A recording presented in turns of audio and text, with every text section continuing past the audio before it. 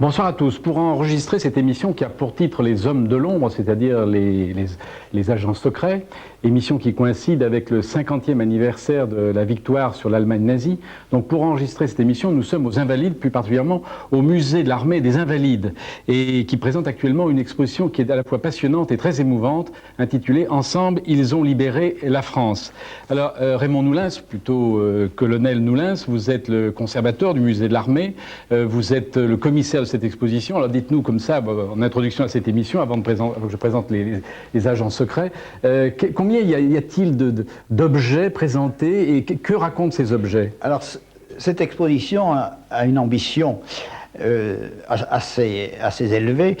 Elle se propose de raconter comment s'est fait la libération de la France et d'évoquer le rôle de tous ceux qui, à un titre ou à un autre, qu'ils soient à l'intérieur ou à l'extérieur du territoire, qu'ils soient civils ou militaires, ont contribué à ce mouvement de libération. Alors donc avec tout ce dont ils se sont servis... Combien y a-t-il d'objets? Oui, alors il y en a 450 environ. Oui, 450. Alors on voit, il y a des costumes, des casques... Il y a d'abord des images, des images fixes, des images mobiles, il y a des uniformes, il y a des armes, il y a des documents, des journaux, des tracts, des affiches. Ces objets, pour la plupart, ne sont pas très beaux, mais ils ont été choisis en fonction de leur vérité. Et ils sont émouvants, et j'en présenterai tout à l'heure quelques-uns, notamment des brassards, des cartes étonnantes, des machines. Enfin, nous verrons ça tout à l'heure au cours de cette émission. Alors je vous présente mes invités, le colonel Paul Pailleul, 90 ans.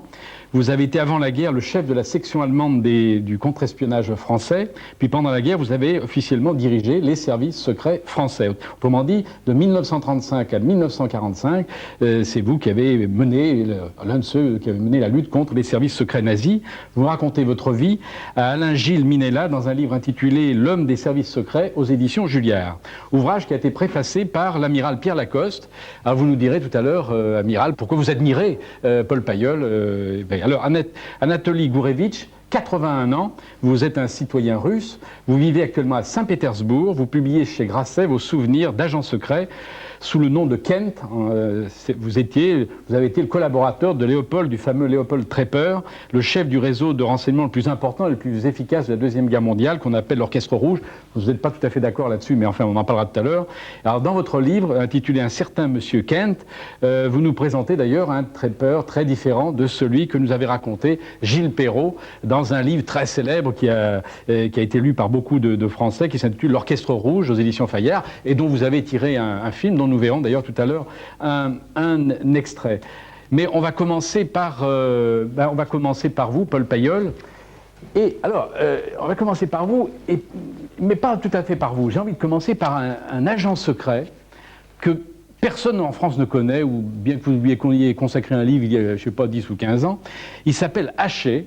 Vous dites que c'est l'agent secret le plus important de la Deuxième Guerre mondiale. Il a été recruté par les Français, c'était un Allemand, et il a fait des révélations extraordinaires. Et on ne le connaît pas en France. Alors, c'est quand même assez extravagant, ça, parce qu'on connaît un homme comme Sorge, dont vous dites que Haché a été plus important que lui.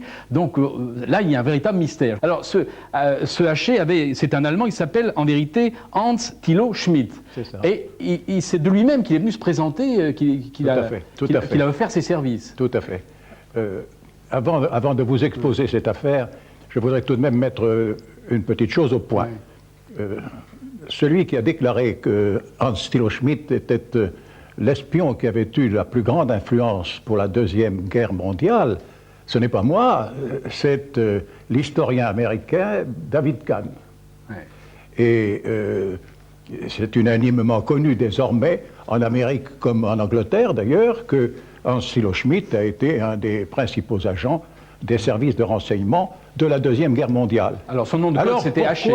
Pourquoi ne le connaît-on pas? Non, dites-nous d'abord qui il est avant de nous dire pourquoi on ne le connaît pas. Non, dites-nous d'abord qui il est. D'accord, si vous voulez. Oui, non, dites-moi alors, il s'est présenté de lui-même. C'est cela. Oui. Il s'est présenté en 1931, il s'est présenté à l'ambassade de France à Berlin.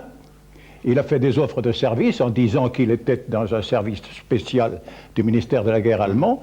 Ce service spécial, c'était le service du chiffre. Effectivement, c'est un service qui est très secret et qu'on a tout intérêt à percer, n'est-ce pas? D'autant plus à l'époque que les messages qui étaient transmis par la Reichswehr ne nous étaient pas audibles, nous n'arrivions pas à les percer, et nous espérions que un informateur dans la section du chiffre du ministère de la guerre allemand pourrait peut-être nous aider à vaincre ce secret de l'armée allemande. Et le voilà, la personne de Schmitt. Voilà, donc, il offre ses services. Bien sûr, il va les monnayer, bien sûr, très cher. La première rencontre a lieu à Verviers. Oui. Et dans les jours qui vont suivre, il va arriver à nous faire passer la preuve qu'il est effectivement très très bien placé. Mais il ajoute une chose extrêmement importante, qu'il est le frère d'un officier supérieur d'une très très grande classe et qui sera par la suite le patron d'une grande unité blindée allemande, le général Rudolf Schmitt. Schmitt, donc, a pour nous un double caractère d'intérêt.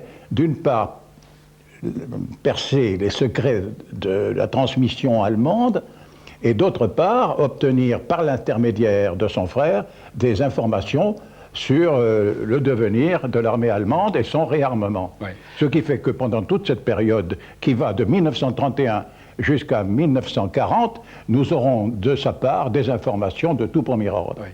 Alors, ce qui est vrai, c'est que, par exemple, vous donnez un exemple, le jour où l'Allemagne a envahi la zone démilitarisée rhénane, en 1936, il vous avait prévenu. C'est ça. Il vous avait prévenu et il vous a dit, si les Français réagissent, Hitler fera marche arrière. Tout à fait. Et donc le gouvernement français le savait, tout à fait. Et ils ont laissé envahir la Rhénanie, tout à fait. Alors que vraiment, c'est inouï. Voilà donc déjà une information de premier ordre. Non exploitée. Et non exploitée. Non exploitée. Il y en a une deuxième qui est au moins aussi importante, et même beaucoup plus importante, c'est lorsque, au mois de novembre ou décembre 1937, il nous a révélé la teneur d'une conférence qui s'est tenue à la chancellerie du Reich sous la présidence de Hitler, et où Hitler a fait un véritable testament de sa volonté, de ce qu'il désirait sur l'expansion de l'Allemagne et la reprise des territoires qui lui avaient été occupés. Cette information, elle est de tout premier ordre, car elle donne en 1937, au mois de novembre 1937, et nous avons les informations à peine un mois après, il nous donne la certitude que les visées de Hitler vont être programmées dans des conditions stupéfiantes. En 1938, au début de 1938, ce sera l'Autriche, ensuite ce sera la Tchécoslovaquie, etc., etc. Il donne un programme absolument précis de ce que va faire Hitler. Donc vous avez toutes ces informations, vous les transmettez au gouvernement français, et les gouvernements français n'en font strictement rien. Voilà. Pourquoi? Voilà. Et il y en a d'autres, et par exemple que l'Italie va se joindre à l'Allemagne, oui. C'est innombrable. Oui, absolument, absolument. Alors pourquoi? Alors là, vous posez un problème qui est extrêmement sérieux, grave, je ne sais pas s'il est bien résolu aujourd'hui, c'est le problème de l'exploitation du renseignement. Il y a d'abord, avant tout, pour ce qui nous concernait avant la Deuxième Guerre mondiale, il y a le crédit que l'on accorde à un service de renseignement. Il faut reconnaître que le service de renseignement français n'était pas particulièrement choyé, aussi bien par le gouvernement que par le commandement. Et oui, mais vous leur apportez des informations de première main. Mais si vous permettez, n'est-ce pas, il est évident que si on a un service que l'on considère comme un service de seconde zone, on ne va pas attacher une importance particulière aux informations qu'il donne. Bien, ça c'est un point. La deuxième caractéristique, c'est que les Français sont lancés dans une politique de défensive.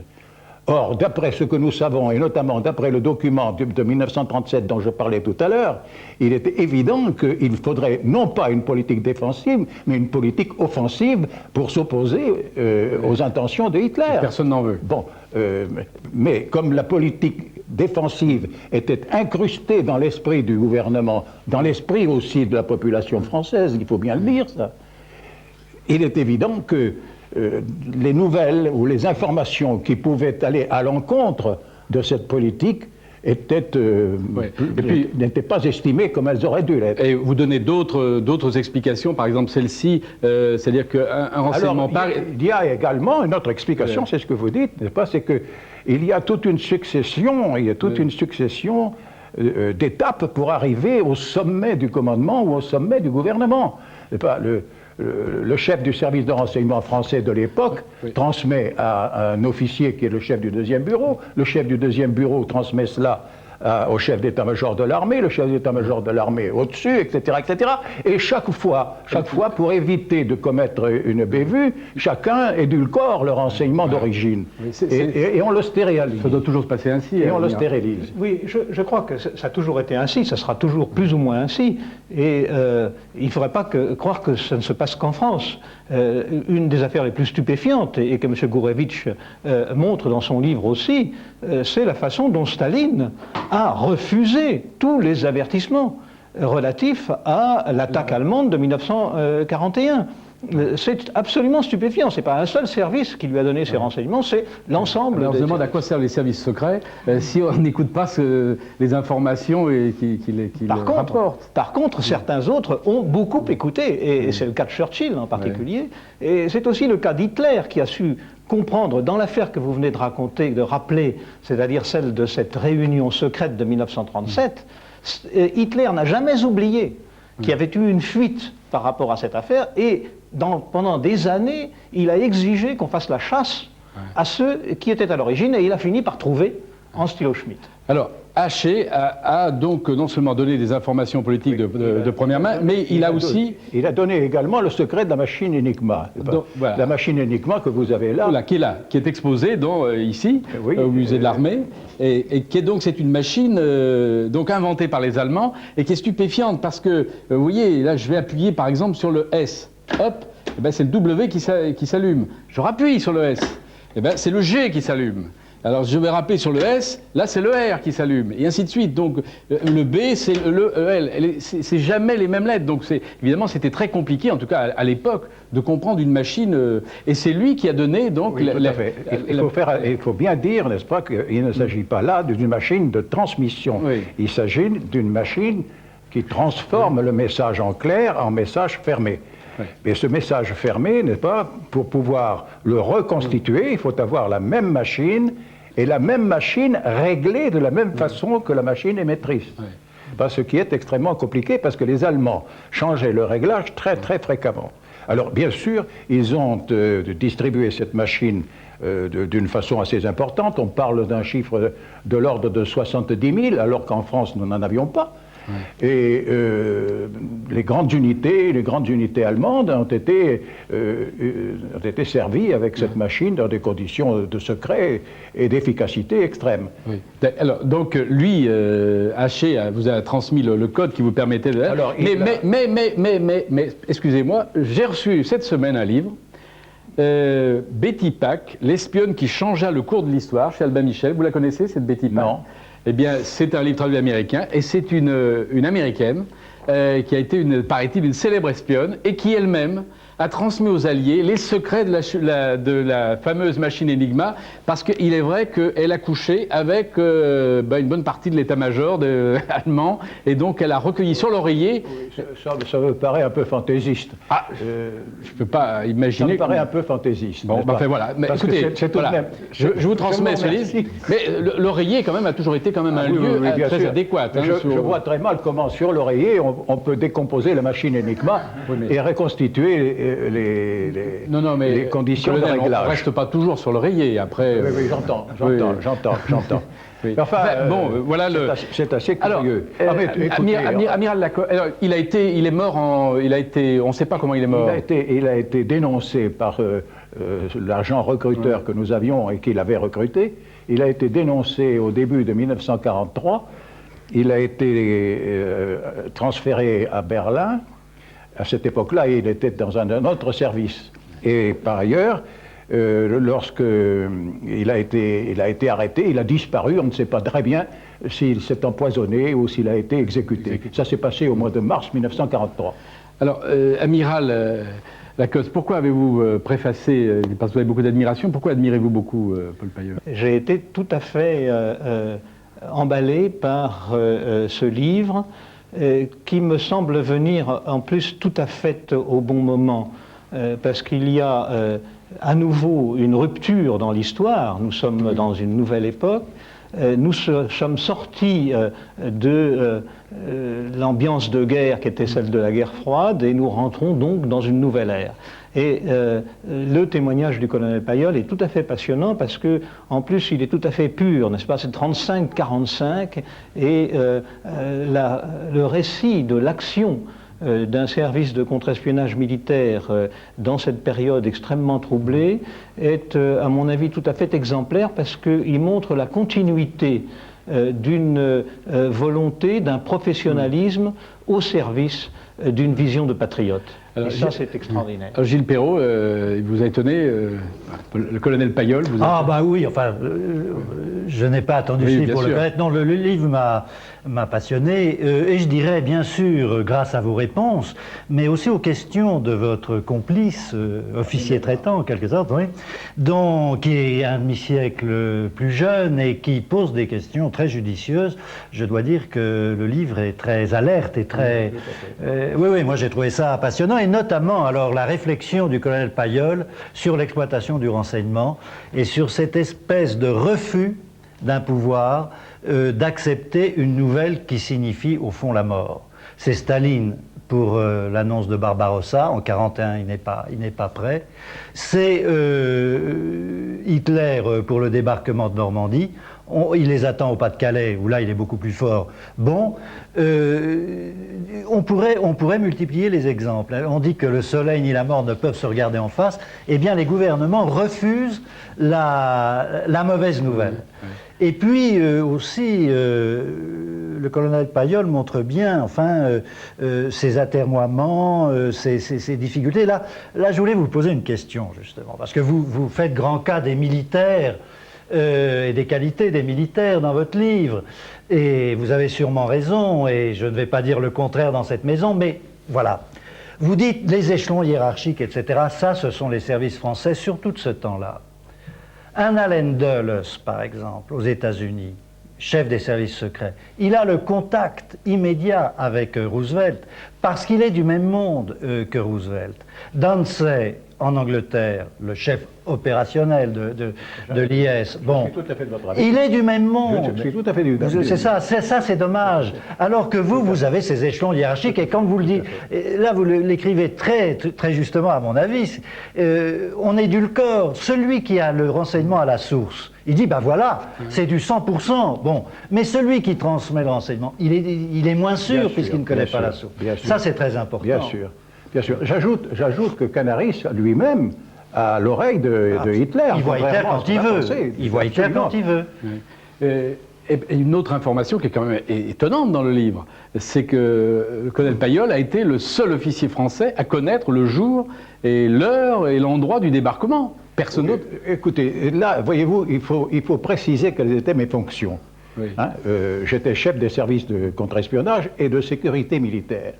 Au moment du débarquement, de la préparation du débarquement, il est évident que les Alliés ne voulaient pas revenir en France à l'aveuglette. Il y avait bien entendu tous les renseignements qui arrivaient de la résistance ou des forces françaises de l'intérieur, mais ils comptaient surtout, essentiellement, sur les professionnels pour les informer sur les conditions dans lesquelles ils allaient pouvoir débarquer. Donc il était tout à fait naturel que responsable de la sécurité militaire et surtout du contre-espionnage en zone libérée, je prenne contact avec l'état-major d'Eisenhower pour discuter avec eux des conditions dans lesquelles la souveraineté française serait sauvegardée et dans les conditions dans lesquelles nous agirions nous-mêmes. C'est là, je crois, une fonction tout à fait naturelle qui d'ailleurs fait honneur à nos anciens services, car ils étaient très estimés des Anglais et des Américains. De Gaulle n'était pas au courant. Ben, oui, pourquoi avez-vous attendu si longtemps pour révéler que vous aviez su où allait avoir lieu le débarquement? Vous êtes le seul Français. De Gaulle ne le savait pas, Koenig ne le savait pas. Oui, enfin, je l'ai su quand je suis arrivé à Londres, c'est-à-dire le 7 mai 1942, le 7 mai 1944, pardon. Ouais. Le 7 mai 1944, quand je suis arrivé à Londres, j'ai été tout de suite introduit dans le War Room. Vous avez vu les cartes? J'ai tout vu, oui, j'ai tout vu. Et il était évident que je devais tout savoir, de manière à mettre à la disposition de chaque grande unité américaine et anglaise les spécialistes de mes services pour les aider, les orienter et leur faciliter leurs tâches. Oui. Et alors, colonel, pourquoi n'avez-vous pas rendu compte au général de Gaulle, chef de la France libre? D'abord, à ce moment-là, entre le mois de mai et le mois de juin, c'est-à-dire au moment où se préparait le débarquement, il y a eu un blackout total sur l'Angleterre. On ne pouvait pas sortir quoi que ce soit d'Angleterre. Et je peux vous révéler que le général Koenig, quand il avait des courriers à transmettre à son épouse, était obligé de passer par mon intermédiaire. Et il y avait un blackout total. Les Anglais ne voulaient absolument pas qu'il y ait la moindre fuite sur la préparation de ce débarquement. Je n'ai pas eu l'occasion, bien sûr, de rencontrer le général de Gaulle à ce moment-là, mais je l'avais rencontré avant de partir. Est-ce que vous lui auriez dit si vous l'aviez rencontré? Sûrement pas. Sûrement pas. On m'avait demandé de garder le secret. Oui, mais attendez, alors il y a quand même... pas à moi de le révéler. Oui, alors il y a quand même une chose étonnante, parce que vous racontez très longuement, c'est que arrive l'invasion allemande. À ce moment-là, vous restez service secret officiel du maréchal Pétain, c'est-à-dire que vous collaborez avec l'État français représenté par maréchal Pétain, jusqu'à la poignée de main de Montoire. À ce moment-là, vous voyez que la politique de collaboration vous indigne, et à ce moment-là, vous devenez girotiste, c'est-à-dire que vous allez après aller à Alger diriger les services secrets. Puis après, bon, dans la bataille Giraud, De Gaulle, c'est De Gaulle qui vient l'emporter, et à la fin, donc, tout à la fin, vous ralliez à De Gaulle. Mais est-ce que vous n'avez pas manqué là de sens politique? Est-ce que si en 40 vous aviez rallié le général De Gaulle, est-ce qu'aujourd'hui vous ne seriez pas justement, peut-être, il vous aurait fatalement confié la direction des services secrets de la clandestinité, vous seriez aujourd'hui très célèbre, et je vous dirais que Haché, il serait aujourd'hui extraordinairement célèbre. Oui. Vous ne pensez pas? Non, je ne le crois pas. Je ne le crois pas. D'abord, il ne m'était pas possible, je le raconte, il ne m'était pas possible de partir en Angleterre en 1940, étant donné que j'avais sous mes ordres et sous ma responsabilité des gens qui ne vivaient que par moi. Un service de renseignement, un service de contre-espionnage, c'est un service extrêmement confidentiel, c'est également un service qui est très délicat, et que le patron ne peut mener que par sa présence, que par son contact permanent, donc impossible. Alors, je vais vous dire quelque chose. Ça me heurte un petit peu, ça me heurte un petit peu cette conception que vous avez. Non, si, mais nous sommes là pour en débattre et pour comprendre les choses. Je voudrais que vous voyez quelle était la position des militaires en 1940 après la défaite. Enfin, pour schématiser, il y a eu 3 initiatives de la part des militaires. La plus célèbre, c'est évidemment l'initiative individuelle du général de Gaulle, et puis de certains comme mon ami Henri Freinet, qui se sont mis délibérément en dehors de la mouvance de Vichy et ont eu l'attitude que vous savez. La deuxième chose, c'est que des services comme le mien, issus de l'armée, se sont transformés immédiatement et sont reconnus comme tels en tant que force française combattante. Nous sommes constitués en réseau clandestin et nous avons agi indépendamment, totalement de la mouvance de Vichy également. Nous agissions d'une façon secrète, ce qui ne veut pas dire que nous ne pouvions pas utiliser les connaissances ou les moyens que pouvaient mettre nos camarades à notre disposition, ce qu'ils ont fait. Et puis enfin, troisième chose, il y a la résistance de l'armée de l'armistice, qui est une chose tout à fait différente. Mais je ne voudrais pas que l'on mélange ces choses-là, n'est-ce pas? Et il y a incontestablement dans le public, et en général même chez les historiens, une conception qui est extrêmement vague de cette position qui a été la nôtre. À partir de juillet 1940, nous sommes des organisations clandestines. Nous ne dépendons de personne. Personne ne nous a donné d'informations. Personne ne nous a donné des directives quelconques. Par conséquent, nous agissons en fonction de notre mission et nous faisons ce que nous faisons en prenant toutes les responsabilités. Qui vous paye? Pardon, qui vous paye? Nous avons les fonds secrets que nous avons gardés déjà depuis longtemps. Non, pas du tout. Les fonds secrets, ce sont ceux que nous avions déjà avant la guerre. Et vous roulez pendant 2 ans sur les fonds secrets? Nous les avons gardés, bien sûr. Pendant 2 ans? Nous avons eu énormément d'argent. Nous en avons pris sur les Allemands. Énormément. Nos agents de pénétration nous ramenaient des fortunes. Ah bon? Mais c'est un fait certain. Nous n'avons jamais eu de problème de financement. Oh, et bien sûr, nous n'avons pas la prétention d'être un service énorme, mais je peux vous affirmer que les réseaux de renseignement issus des anciens services sont des réseaux qui ont fonctionné clandestinement avec d'excellents moyens et avec des résultats positifs. Ce qui est quand même étonnant, c'est qu'à un certain moment du temps où le maréchal Pétain est à Vichy, vous arrêtez des Français parce qu'ils espionnent au profit de l'Allemagne. Et vous les faites juger et vous les faites exécuter. Bien sûr. Tout à l'heure, c'est incroyable. Mais bien sûr. Tout à l'heure, je vous ai dit que j'étais chef d'un service de contre-espionnage clandestin.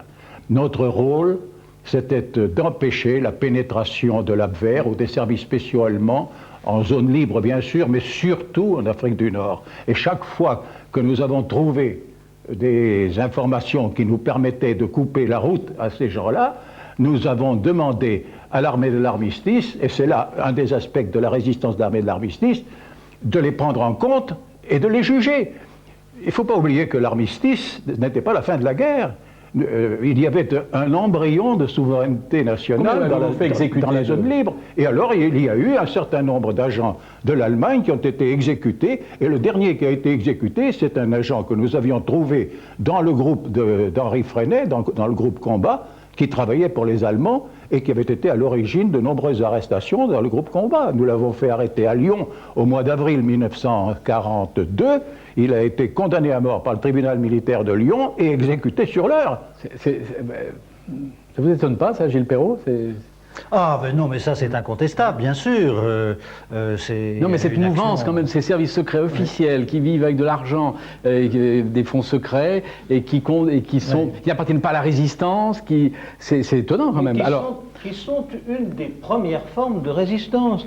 Et je crois que c'est ça que le colonel Payotte nous apporte, c'est ce témoignage, n'est-ce pas? Les vues manichéennes d'une résistance qui aurait été seulement celle de telle idéologie ou de telle catégorie sociale sont fausses. La résistance est le fait de tout un tas de citoyens, et que ces citoyens soient militaires, et c'est effectivement les militaires qui ont été les premiers, ou des civils de différentes origines, de différentes classes, c'est ça qui fait la beauté de ce mouvement. Mais ne réduisons pas ça à des schémas idéologiques. Mais je dois ajouter, c'est très important, que nous ne sommes pas les seuls réseaux de résistance nés de l'armée ou de militaires, par des militaires. Au mois de juillet ou au mois d'août ou au mois de septembre 1940, il y a le réseau Alliance avec Loustono-Laco, avec Faye, et qui ont, dès le mois de septembre 1940, travaillé dans le même esprit que nous et en accord avec nous. Vous me direz, d'où sortait-il l'argent? Ben, ils en ont eu, eux aussi, par les Anglais. Imaginez-vous que nous aussi, nous en avons eu par les Anglais. Mais enfin, on sent très bien quand même dans votre livre qu'avec les gaullistes, ça va jamais bien quand même, hein. C'est exact. Ça va jamais bien. C'est exact. C'est une question de prestige, hein, entre les deux services. Il y a un homme d'ailleurs qui a été extrêmement habile pour mettre du lien entre les deux services, c'est Soustelle. Quand Soustelle a créé au mois de mars 1943, quand il a créé la direction générale des services spéciaux, il a eu le tact, n'est-ce pas, de comprendre la différence qu'il y avait entre les deux services. Et vos rapports avec Passy, qui était le chef des services secrets du général de Gaulle. Alors, ils étaient bons ou ils étaient mauvais? Là encore, il faut clarifier les choses. Il faut clarifier les choses. Passy avait un service qui s'appelait le BCRA en 1943 et 1944, un service très efficace qui était un service d'information sur le territoire national avec la possibilité d'action violente, en accord d'ailleurs avec les Anglais. Et ça, ce service, ce BCRA, était donc essentiellement une organisation de circonstances qui découlait tout naturellement de la position prise par le général de Gaulle et de l'occupation de la France. Mais nous, service ancien, la métropole, bien sûr, ça nous intéressait, ça nous occupait au moins autant que le BCRA, mais nous avions d'autres nécessités, d'autres besoins, c'était celui de savoir ce qui se passait au-delà de nos frontières. Donc vous étiez rivaux du BCRA de Passy? Rivaux dans une certaine mesure, complémentaires, disons. Oui. Si. Oui, là ça paraît... Enfin, qu'est-ce que vous en pensez, Gilles? Moi, c'est la seule chose que je regrette dans le livre du colonel Paillol, c'est cet éternel règlement de compte avec les gens du BCRA. Ah si, bah si. Non, écoutez, vous les traitez d'aventuriers, d'ambitieux. Bon, Passy était à Londres en juin 40, c'était un amateur. Cet amateur a créé avec des amateurs un service absolument superbe, d'une efficacité exceptionnelle, à laquelle efficacité tous les alliés ont rendu hommage. Je trouve dommage que vous continuiez, 50 ans après, à les dénigrer, car c'est ce que vous faites. Je ne dénigre pas. Si, alors vous dites Passy, oui, Passy, il avait été instructeur à Saint-Cyr, très bien. Bon, mais les autres, ambitieux, aventuriers, amateurs, ce sont des mots que vous employez. Ce sont des mots que j'emploie et que je maintiens lorsque, en 1944, nous sommes arrivés à Paris et où nous avons vu l'invasion de gens divers qui ne venaient pas d'ailleurs spécifiquement du BCRA, mais qui venaient de tous les horizons de la résistance et qui, sous prétexte qu'ils avaient fait peut-être quelquefois simplement 30 jours d'action de résistance contre la Wehrmacht, avaient des prétentions et exigeaient qu'on leur donne des places dans les services spéciaux. Ça, c'est pas Passy, tout de même. Non, je n'ai jamais dit que c'était Non, Passy. c'est pas Passy. Amiral. Je crois qu'il y a un élément qui peut éclairer pour l'opinion ce débat, c'est l'élément du professionnalisme contre les réseaux des services spéciaux allemands ennemis.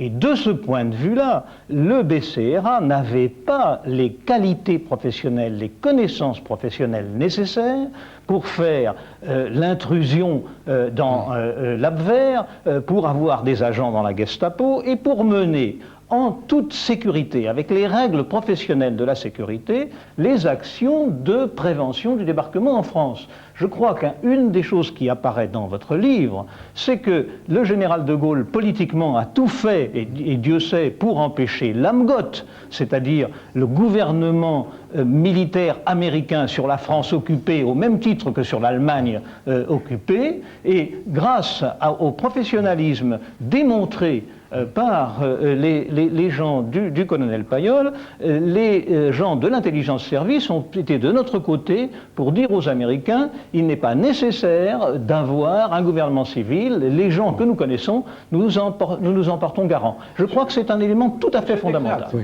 Alors, une plaque là, qui fait partie de l'exposition, la plaque du 2 bis, alors ça vous rappelle de bons souvenirs, ça? C'est ça, tout à fait. Alors c'est le 2 bis de l'avenue. C'était le 2 bis avenue de Tourville, où il y a- était installé le PC de nos services secrets. C'est là où vous êtes présenté. C'est là où tout je me frais suis émolu de présenté en Saint-Cyr. 1935 Oui. et où je suis monté dans l'échelle hiérarchique, si l'on ose dire. Oui.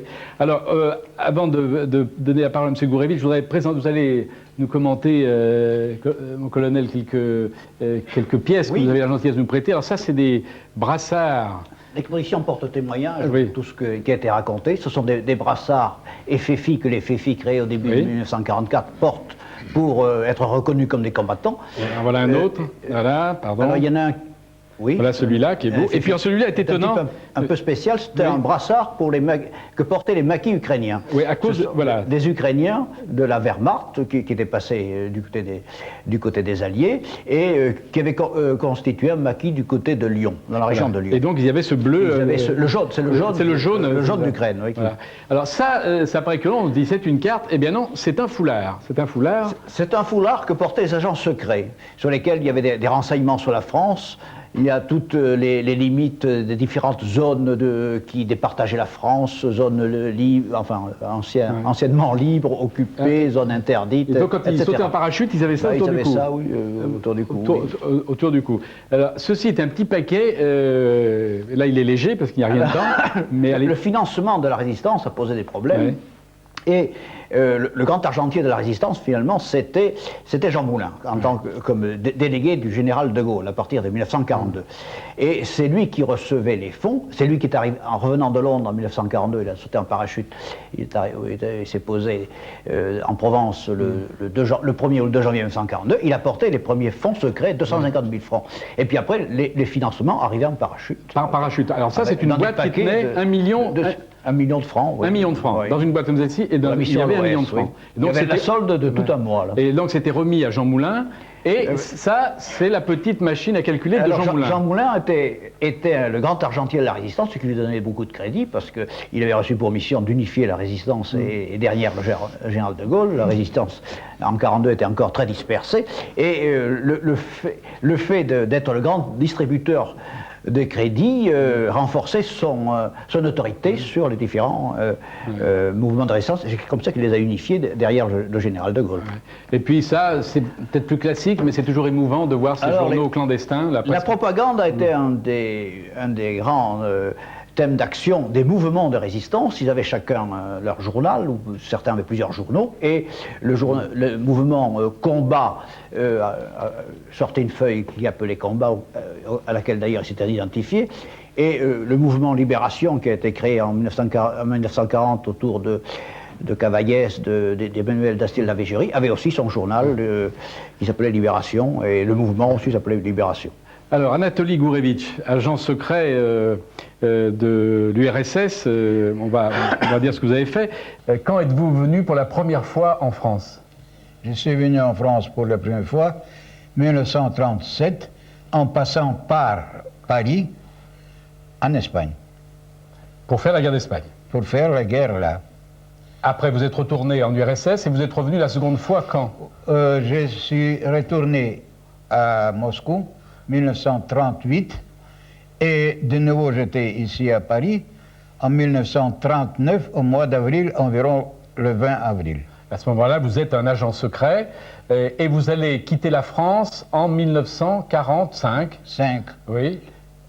Lorsque vous avez été arrêté par les Allemands, vous allez repartir à Moscou. Et là, à peine arrivé à Moscou, vous allez être enfermé à la Loubianka, la fameuse prison, et condamné à... Vous avez fait combien d'années de goulag? J'étais pour le 20 ans. 20 ans de goulag. Je devais être. Oui. Mais j'ai passé moins. Ouais. J'ai passé 12 ans. Et vous revenez à Paris pour la première fois depuis 1945. Oui, c'est Donc il y a ça. 50 ans que vous n'étiez pas venu en France. C'est ça. Ouais. Alors quelle est votre émotion? Tout d'abord, j'ai vu beaucoup de Français qui sont venus chez nous à Leningrad. Je recevais comme le président, comme vice-président de commission pour faire l'alliance avec l'étranger. J'aime beaucoup la France, et les Français surtout, de l'enfance. Parce que chez nous, à l'école, on a toujours fait les études pour la France, pour la littérature, pour les beaux-arts, etc. Et les langues françaises aussi. Ouais. J'ai commencé là, à étudier encore à Leningrad, et puis à l'Institut. Et vous avez un fils français. J'ai un fils qui est maintenant le citoyen espagnol. Ah bon? Alors, vous arrivez évidemment sous une fausse identité, vous êtes un citoyen uruguayen, vous avez un passeport uruguayen, Oui. vous vous appelez Vicente Sierra, Oui. mais en vérité, votre nom de code, votre nom d'agent secret, c'est Kent. Oui. Et c'est comme ça que vous êtes connu, d'où le titre, un certain Monsieur Kent. Oui. Alors, vous avez à ce moment-là une couverture commerciale, vous faites des affaires. Non, j'étais un étudiant de l'Université libre de Bruxelles. Oui. C'était jusqu'à 1940, c'est-à-dire 10 mai. Dans ce temps-là, je dois préciser, notre organisation, pas en Belgique, pas en France et des autres pays aussi, n'a jamais appelé l'Orchestre Rouge ou Capelle Rouge. Elle s'est jamais appelée l'Orchestre Rouge, Non. votre organisation. C'est pourquoi on a appelé comme ça. Parce qu'en 1940-41 surtout, les Allemands à Berlin ont trouvé il y a quelque chose qui travaille la radio. Ils ont compris que c'est pour Moscou, d'où ils ne le savaient pas. Voilà pourquoi c'était rouge, Moscou. Et pourquoi orchestre ou capelle? Parce que celui-ci qui a travaillé sur radio était un pianiste. Oui. C'est-à-dire, il a fait ça. Léopold Trépère était le chef de cette organisation secrète. Vous savez, je préfère de ne rien parler de personnes qui est déjà mort. Parce qu'il n'était pas, comme on dit maintenant, un grand chef. Mais alors, Gilles Perrault, là c'est quand même une partie de ce que vous avez raconté sous le nom de l'Orchestre Rouge qui est vraiment remis en cause. Non seulement l'organisation, mais le rôle de Trepper et le rôle de Kent lui-même. Oui, non, l'organisation, M. Gourevitch a parfaitement raison, on sait bien, c'est historique, que ce sont les Allemands qui ont baptisé Orchestre Rouge ce réseau soviétique. Et on englobe sous le nom Orchestre Rouge maintenant des groupes différents. Il y avait le groupe berlinois, il y avait Trepper, puis Kent en Belgique, puis Trepper à Paris. Bien sûr, bon, c'est une commodité, et puis c'est le nom donné par les Allemands, de même que le grand chef, ses camarades appelaient ainsi Trepper, ils l'appelaient le grand chef, donc c'est passé comme ça dans l'histoire, si je puis dire. Alors, sur le jugement porté par M. Gourevitch par Trepper, ces deux-là ne s'aimaient pas, hein, dès le début, ça n'a pas collé. Et ça continue. Trepper n'est plus là, malheureusement, mais je crois qu'il aurait été heureux d'être sur ce plateau face à Kent. Vous permettez que je vous appelle Kent.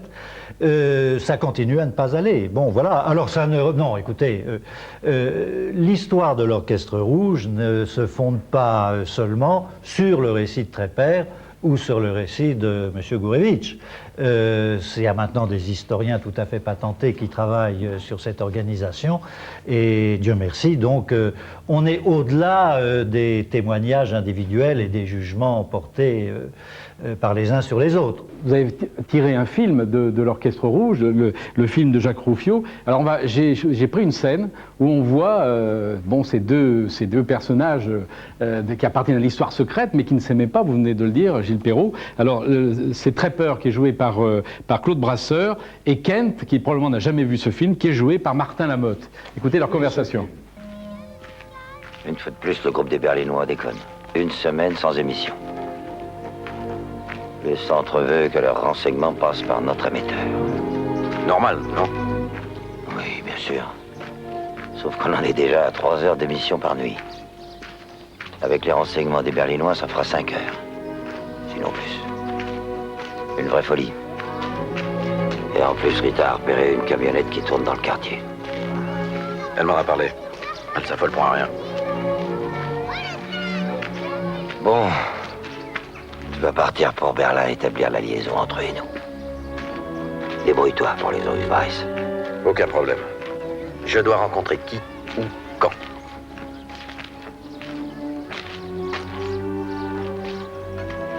Les adresses sont là. 3 adresses. Ils sont devenus fous au centre. Kent, tu réalises que les nazis enregistrent toutes nos émissions? Que leurs casseurs de codes sont déjà au travail? Quand ils déchiffreront ce message, tout le groupe des Berlinois tombera. Nos codes sont indéchiffrables. Les instructeurs du centre me l'ont dit 100 fois. Les forteresses imprenables, ça n'existe pas. Les codes indéchiffrables non plus. Alors qu'est-ce que... Bon, ça évidemment c'est du cinéma, mais enfin, je crois que ça restitue quand même bien les problèmes que rencontrait cette organisation, c'est de passer ces messages. Et c'est vrai que là, passer 5 heures de messages clandestins, c'était évidemment se faire prendre. Ça a abouti à une catastrophe, la catastrophe de la rue des Atrebates. Mais là, à la suite de cette rencontre, M. Gourevitch va partir à Berlin pour une mission dangereuse, très dangereuse, et qu'il accomplira parfaitement. Pour rencontrer les chefs du groupe berlinois, c'est-à-dire Schutzbeusen et Libertas Schutzbeusen, chez qui vous êtes allé donc à Berlin. Alors, c'est le poste dans lequel vous transmettiez à Moscou les renseignements, c'est un peu une valise analogue à celle qui est là-bas? Vous comprenez, quand on m'a montré ce film en Espagne, les copies de ce film, j'ai dit que c'est la meilleure comédie que j'ai vu dans ma vie. Ah oui. Parce que c'est une comédie. Quelques exemples, s'il vous plaît. Tout d'abord, nous sommes tous de notre résidence en France, en Belgique, nous sommes dans une villa. Nous nous promenons dans le jardin et ma femme, c'est-à-dire la mère de mon fils, est aussi là, je viens et le frappe ici. Ce n'est pas vrai. Vous comprenez très bien que Léopold Trepper et moi, nous ne pourrions jamais nous rencontrer après être arrêtés par les Gestapo. Deuxièmement, dans ces choses est montré que je suis tellement riche, je suis déjà devenu le président d'une grande société. J'ai une petite maisonnette pour seulement 27 chambres que je préparais avec des femmes qui étaient très légers pour que les généraux et les colonels allemands et les autres Allemands, étant chez moi dans les villas, pouvaient dormir avec eux dans ces 27 chambres. C'est aussi un mensonge. C'est marqué dans ces films. Là, oui. Maintenant, un moment. Oui. Maintenant, vous avez entendu que M. Jacques Perrot a dit qu'il n'a pris pas longtemps que je suis vivant. Et lui, il a fait un contact avec Michel. Il a sans doute... Avec Michel, votre fils? Oui, Oui. il a sans doute oublié qu'il savait que je suis vivant après qu'il a vu en 1960 ou 62 à Varsovie Trepper. Parce que Trepper m'a vu en 56 à Moscou, il savait déjà que je suis vivant. Oui. Un moment. Donc, moi, je suis à Leningrad. Personne d'ici, c'est-à-dire l'auteur du livre Jules Perrot, n'a jamais tâché de me voir. Pourquoi? Je ne le sais pas. Il était en 1900... Ah bah il va vous répondre, Oui.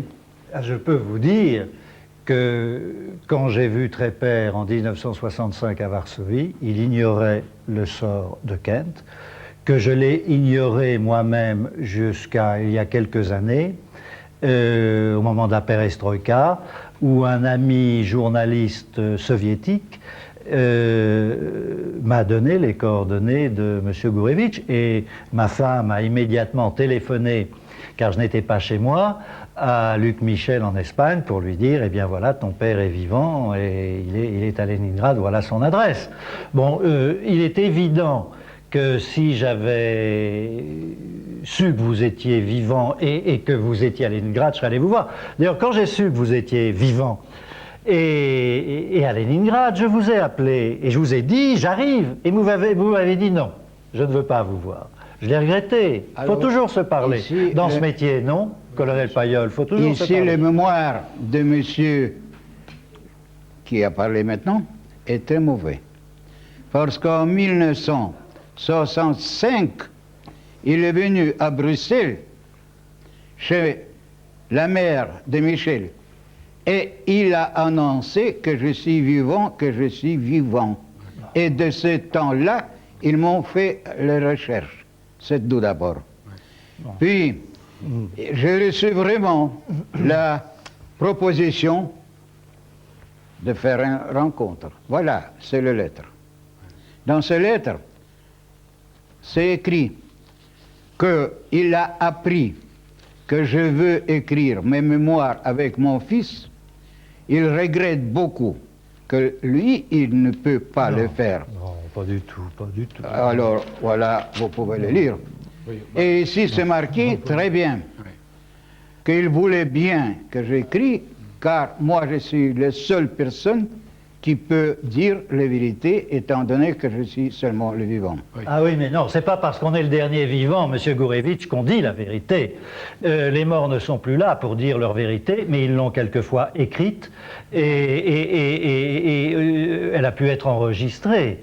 Donc ça n'est pas parce que vous êtes le dernier vivant, ce dont nous nous réjouissons tous, que la vérité maintenant s'incarne forcément et totalement en vous. Vous avez un témoignage à donner, Donc, il faut le donner, bien sûr. C'est juste. Oui, mais attendez, je voudrais vous poser une question. Comment se fait-il que vous avez été arrêté par la Gestapo, donc Trepper a été arrêté, vous avez été arrêté, Non. vous avez été arrêté. J'étais après lui. Oui, non, mais bon, vous avez été arrêtés tous les deux. Avant lui, Bon, vous voyons. avez- enfin, Avant lui. Vous avez été arrêté avant Trepper, oui. À Marseille. Oui.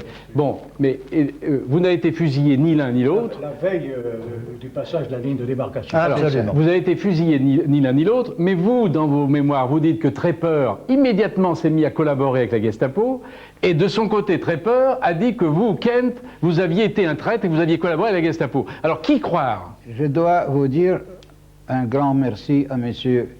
Gilles Perrault, parce que dans son livre qu'il était en 1967, il cite là ce que dit Pipet. C'était des Abwehr allemands. J'étais arrêté à Marseille. Pipet, c'était un officier de l'Abwehr qui officiait à Bruxelles, qui travaillait à Bruxelles. Non, il était ici déjà à Paris avec Göring. Göring était le chef déjà, le Sonderkommando Rote-Kapelle. Oui. Simplement, expliquez-moi, je ne comprends pas. Moi, je voudrais comprendre. Moi, j'ai de l'admiration pour Trepper parce que c'est un homme admirable de courage. J'ai de l'admiration pour vous parce que vous avez été un homme d'un courage extraordinaire. Expliquez-moi pourquoi l'un dit l'autre c'est un traître et l'autre dit l'un c'est un traître. Expliquez-moi pourquoi je voudrais comprendre. C'est pour simple raison. Parce que lui, à moi-même, quand je l'ai vu en 1956, je lui ai demandé pourquoi, étant arrêté, vous avez proposé la collaboration avec l'Allemand. Ça, on m'a donné lire à Berlin le 25 novembre 1942, c'est-à-dire le lendemain de l'arrestation. Oui, mais M. Kent, vous-même, vous êtes accusé par Trepper et puis d'avoir pactisé avec les Allemands. Et la preuve, c'est que lorsque vous arrivez à Moscou en 1945, vous êtes accusé de trahison et enfermé à la Loubianka. Alors on pourrait quand même progresser. Non, on pourrait progresser en rappelant qu'un certain nombre d'agents secrets, dont Trepper, Rado en Suisse, etc., qui avaient été jetés à la Loubianka à leur retour en Union soviétique en 1945. Pourquoi? Parce que Staline ne voulait pas laisser en liberté des hommes qu'il avait prévenus de l'attaque allemande et qui demandaient des comptes, puisqu'on n'avait pas tenu compte de leur avertissement. Donc, ils sont jetés à la Loubianka, comme M. Gourevitch, mais eux, dès la fin du stalinisme, dès la mort de Staline, ils sont libérés, 1955, et solennellement réhabilités. Ça a été notamment le cas de Trepper. Ce qui n'est pas le cas de Kent. Alors pourquoi, c'est la question que j'aimerais poser à M. Gourevitch, pourquoi est-ce que lui, il a fallu attendre pratiquement 50 ans? C'est pour simple raison. Il y a une chose, quand on m'a libéré pour la première fois à 1955, j'ai parlé avec le président du tribunal militaire en disant que je veux que mon affaire commence à voir le tribunal, car Trepper était libéré et tout à fait réhabilité, ce qu'il m'a dit lui-même à moi en 1956. Lui, il m'a dit, oui, c'est une faute judiciaire.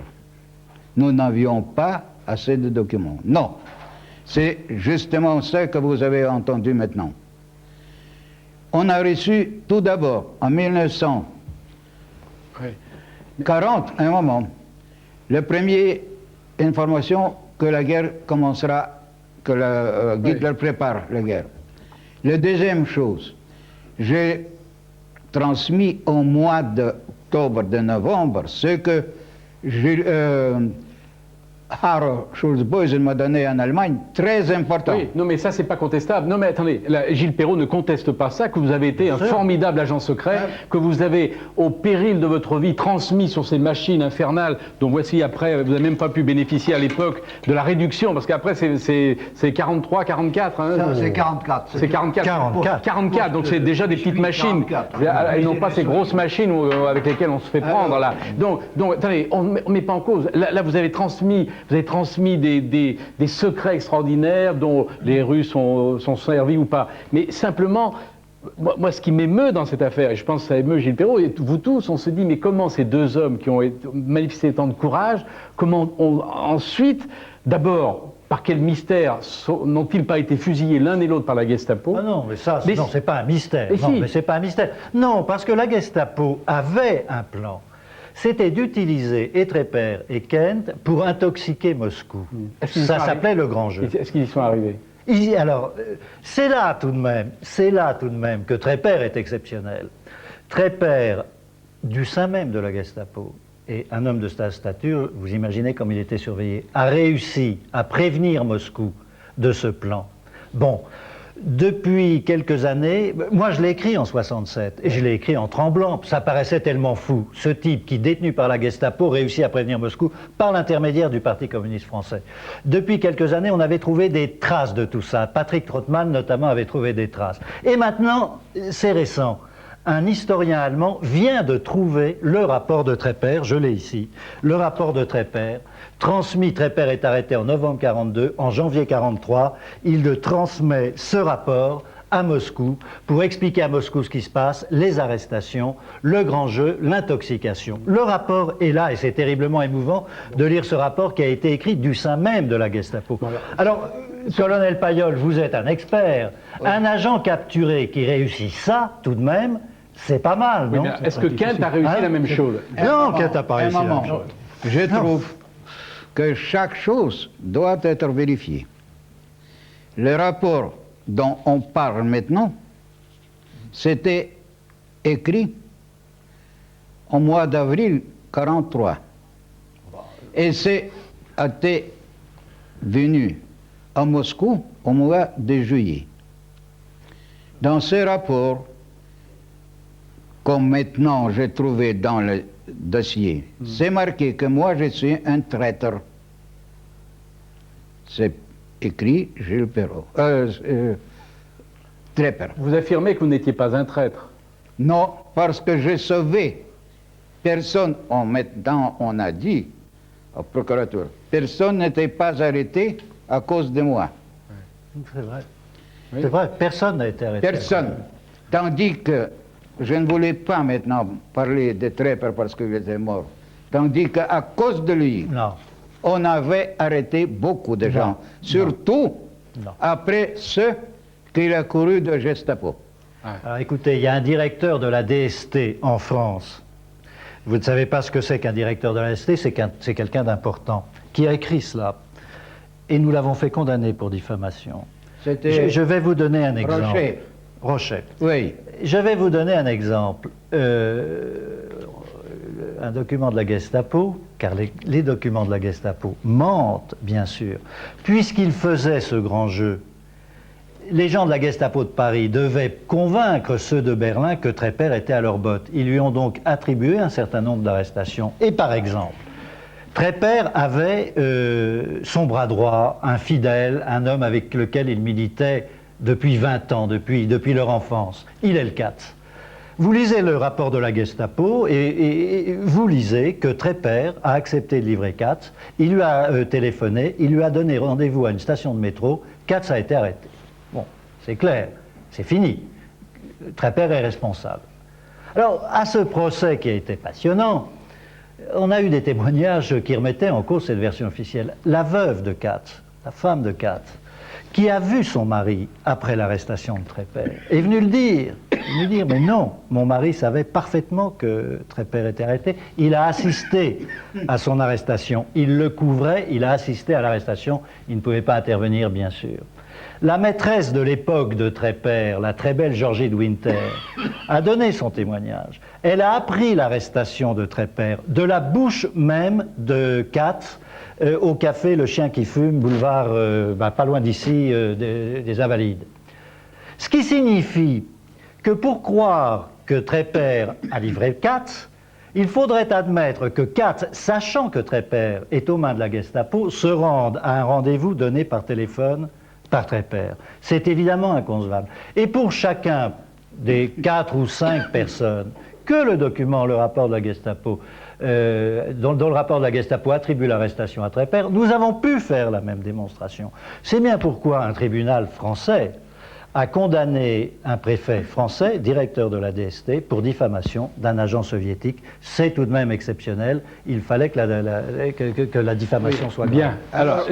Alors, simplement, le témoignage d'Anatoly Gourevitch, il faut le lire, c'est sa version des faits. Il faut dire une chose, que ce qu'on a dit maintenant, c'est tout à fait pas ce que s'est passé. Mais vous étiez à Marseille. Vous étiez à Marseille, monsieur Gourevitch. Je vous demande pardon, mais moi je connais mieux que vous. Parce que c'était arrêté. Katz était arrêté, Grossvogel, étaient tous les membres de résistance. Ici, les deux barons russes. Et plus, Henri Robinson était aussi... Bon. Comment il a été arrêté? Bon, écoutez... Parce que Trepper lui a donné. Non, pas du tout, pas du tout, pas du tout. C'est vous qui dites. Non, et moi, j'ai écoutez, mais c'est- maintenant les documents. Et j'ai lu ces documents, encore au Gestapo, qu'il a donné. Maintenant, on écrit dans différents livres qu'il a donné l'adresse. Non, il a fait où il faudrait se rencontrer, et pendant ces rencontres, on l'a arrêté. Bon, on arrête là. Simplement, c'est vrai, il y a une haine inextinguible. Ah, inextinguible. Et qui bon. Mais les haines dans les services secrets sont inextinguibles. Alors, simplement, non. Il y a tout de même un point de vue que je tiens à souligner. Oui. C'est la façon extrêmement légère dont les services secrets soviétiques ont expédié tout ce monde dans des missions qui étaient d'ailleurs extrêmement mal définies, car l'ossature du renseignement en Europe occidentale et spécialement en France, et vous ne me démentirez pas, c'était le Parti communiste français. Et c'est si vrai que dans son livre, Kant dit bien que quand il était en panne, il a eu le relais du Parti communiste français. Alors je ne vois pas très bien, en superstructure, ces organisations qui disposent de fonds considérables au départ et dont le rendement est tel que quand on franchit la frontière le 10 mai 1940, ils ne le savaient pas. Alors à quoi sert un service de renseignement qui est C'était pas le rôle, à ce moment-là, c'était Ah non, pas le rôle. Hein, c'était mais pas le rôle. cher ami, écoutez-moi.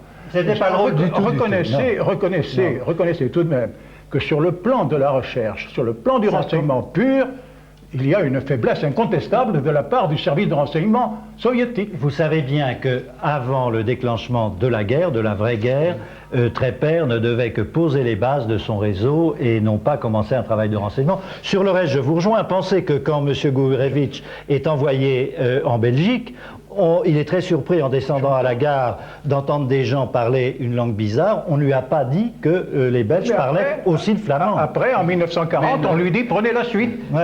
Et prenez la suite. Merci. L'émission se termine. Alors, faites-vous votre opinion vous-même. Lisez les mémoires d'Anatoly Gourevitch sur un certain Monsieur Kell. Et puis, vous pouvez vous reporter aussi à l'histoire de l'Orchestre Rouge, racontée par Gilles Perrault. C'est un classique. C'est la nouvelle édition, revue augmentée aux éditions Fayard. On termine par le questionnaire que vous avez préparé.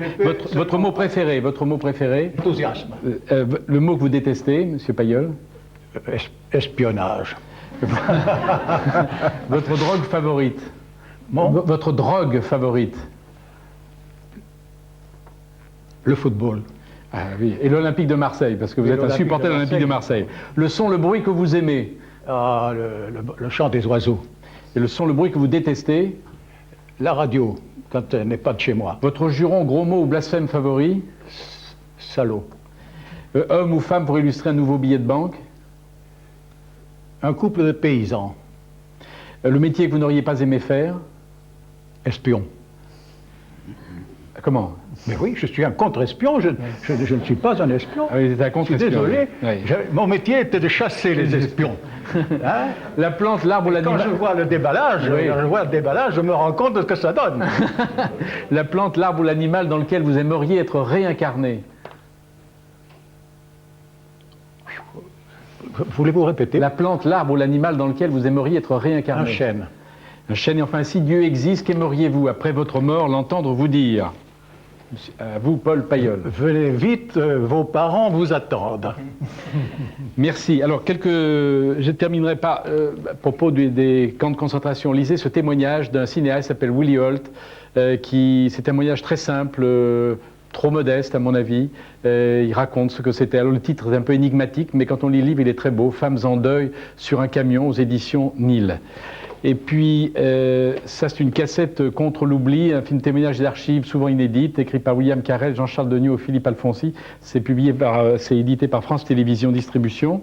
Alors, ce qui s'est passé à l'hôtel Lutetia, un exil allemand à Paris par Willy Jasper aux éditions Michalon. Je salue un nouvel éditeur, Monsieur Michalon. Alors, c'est étonnant parce que l'hôtel Lutetia, c'est d'abord été le rendez-vous des intellectuels antifascistes avant la guerre. Allemands, des antifascistes allemands. Puis après, ça a été l'Abwehr qui en a fait son PC. Oui. Et puis après, c'est devenu le lieu d'accueil de tous les déportés. Donc, l'hôtel Lutetia chargé d'histoire. Est vraiment chargé d'histoire. C'est assez extraordinaire. Ça, d'un nouvel, la vie quotidienne, l'histoire en France de Hachette, Libération rêvée, Libération vécue de 1940-1945 par André Benjebar.